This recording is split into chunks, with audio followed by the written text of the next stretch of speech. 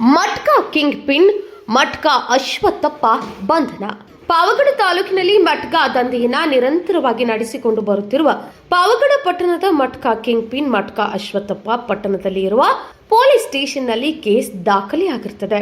ಮಟ್ಕಾ king pin ಮಟ್ಕಾ ಅಶ್ವತ್ಥಪ್ಪನನ್ನ ಪಾವಗಡ ಪಟ್ಟಣದಲ್ಲಿ ಇರುವ police ಠಾಣೆಗೆ ಇತ್ತೀಚೆಗಷ್ಟೇ ನೂತನವಾಗಿ ವರ್ಗಾವಣೆಯಾಗಿ ಬಂದ ಕೆ ಸುರೇಶ್ ಅವರ ಸಿಬ್ಬಂದಿಯೊಂದಿಗೆ ಮಂಗಳವಾರ ಮಟ್ಕಾ ಅಶ್ವತ್ಥಪ್ಪ ಮನೆಯಿಂದ ಮೆರವಣಿಗೆ ಮಾಡಿಕೊಂಡು ಪೊಲೀಸ್ ಠಾಣೆಯವರೆಗೂ ಕರೆತಂದಿರುವ ಘಟನೆ ಜರುಗಿದೆ. ಈ ವೇಳೆ ಅಶ್ವತ್ಥಪ್ಪ ಅವರ ಮನೆಯಲ್ಲಿ ದಾಳಿ ಮಾಡಿದಾಗ 3,600 ನಗದು ಮತ್ತು ಮಟ್ಕಾ ಬರೆಯುತ್ತಿದ್ದ ಚೀಟಿಗಳು ಸಿಕ್ಕಿವೆ.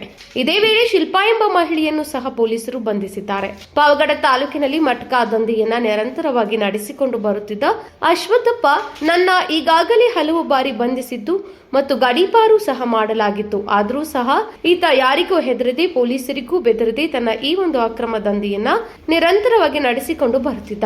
ಪಾವಗಡ ಪೊಲೀಸ್ ಠಾಣೆಗೆ ಇತ್ತೀಚೆಗಷ್ಟೇ ನೂತನವಾಗಿ ವರ್ಗಾವಣೆಯಾಗಿ ಬಂದ ಕೆ ಸುರೇಶ್ ಈ ಒಂದು ದಾಳಿ ಮಾಡಿ ಮಟ್ಕಾ ದಂಧೆಕೋರರಿಗೆ ಎಚ್ಚರಿಕೆಯ ಸಂದೇಶವನ್ನು ರವಾನಿಸಿದ್ದಾರೆ.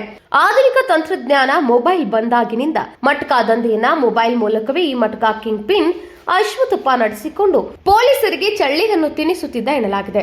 ಇನ್ನು ಮಟ್ಕಾ ಅಶ್ವತ್ಥಪ್ಪನ ಬಂಧನದಿಂದ ಮಟ್ಕಾ ದಂಧೆ ನಿಲ್ಲುತ್ತದೆಯೋ ಅಥವಾ ಬಿಡುಗಡೆಯಾದ ನಂತರ ಪುನಃ ಪ್ರಾರಂಭಿಸುತ್ತಾನೋ ಎಂಬುದಾಗಿ ಸಾರ್ವಜನಿಕರ ವಲಯದಲ್ಲಿ ತೀವ್ರ ಬಿಸಿ ಚರ್ಚೆ ನಡೆಯುತ್ತಿದೆ.